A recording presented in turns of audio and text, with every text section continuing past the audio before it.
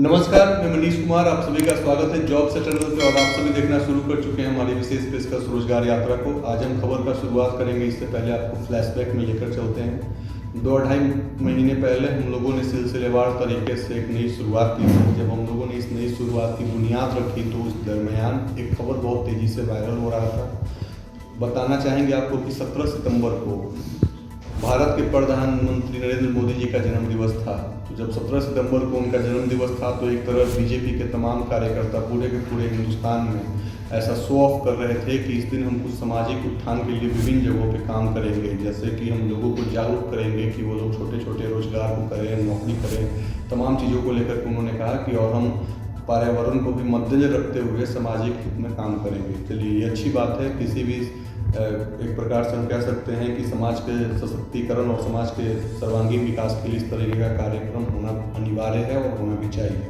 लेकिन दूसरे तरफ हमारे हिंदुस्तान की आबादी लगभग 138 करोड़ से भी ज़्यादा है और इस आबादी में सबसे ज़्यादा संख्या और तादाद युवाओं की है। और युवाओं से पूछा जाए अगर कि आपकी प्राइमरी नेसेसरी चीज़ क्या है, तो युवा यही कहेंगे कि हमें रोजगार चाहिए। और एक साथ हिंदुस्तान के तमाम युवाओं ने अपने सुर की आवाज़ को तेज करते हुए ऐलान किया था कि 17 सितंबर को हम बेरोजगारी दिवस के रूप में मनाएंगे।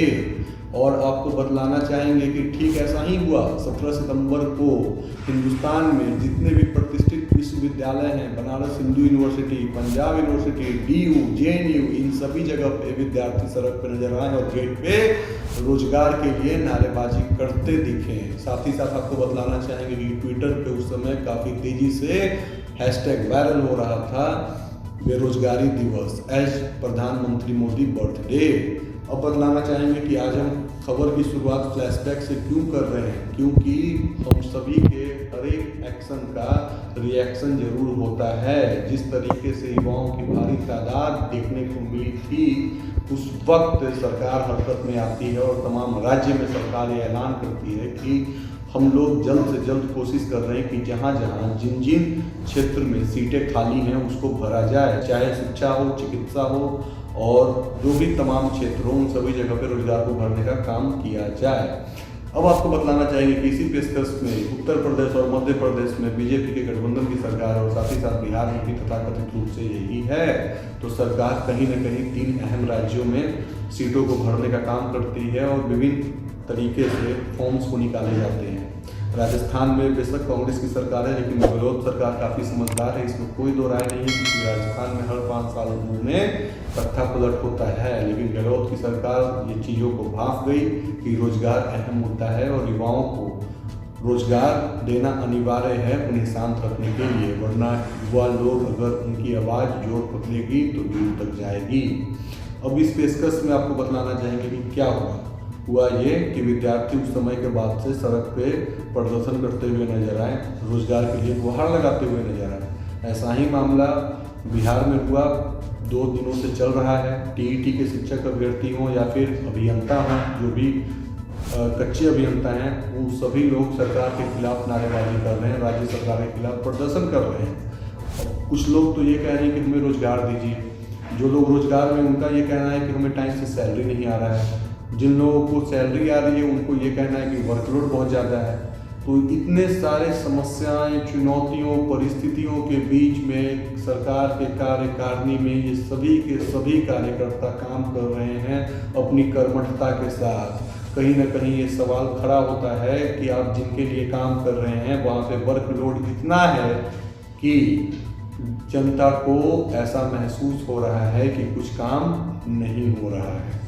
ये सभी के सभी तमाम मुद्दों पे चर्चा करना बेशक ज़रूरी इसलिए हो चुका है क्योंकि अंत में जितने भी युवा हैं वो सभी के सभी रोजगार पर ही आकर टिकेंगे और रोजगार अहम समस्या है। और किसी भी राज्य के सरकार की ये नैतिक कर्तव्य होनी चाहिए कि रोजगार को लोगों के बीच में मुहैया कराया जाए, जिससे आवाम में खुशहाली का माहौल बरकरार रहे। सरकार के खिलाफ नारेबाजी करते हुए लोग सड़क पे नहीं आए।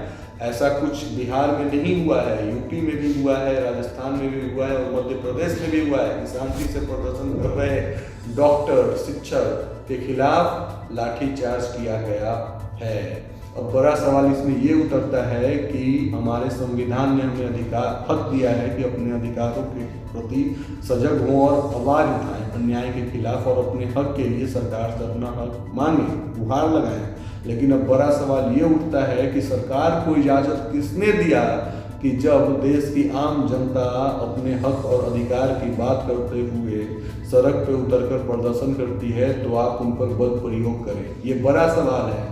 सवाल सिर्फ नीतीश कुमार के लिए ही नहीं है, सवाल योगी आदित्यनाथ के लिए भी है, सरकार अशोक गहलोत के लिए भी है, सवाल मध्य प्रदेश के मुख्यमंत्री के लिए भी है, तमाम राज्य के मुख्यमंत्री के लिए इस तरीके के सवाल हैं और सवाल होने चाहिए। तो आज जॉब अटैनल की टीम तमाम सियासतदानों से ये सवाल पूछती है कि कब तक आखिर ऐसा कुछ होता रहेगा, कब तक विद्यार्थी राजनीति के लिए खेल रहेंगे और विकास की राह में विद्यार्थी फेल रहेंगे। जरा सोचिए और आप भी जवाब दीजिए, राय दीजिए कि आपका क्या कहना है इस विषय के ऊपर। धन्यवाद।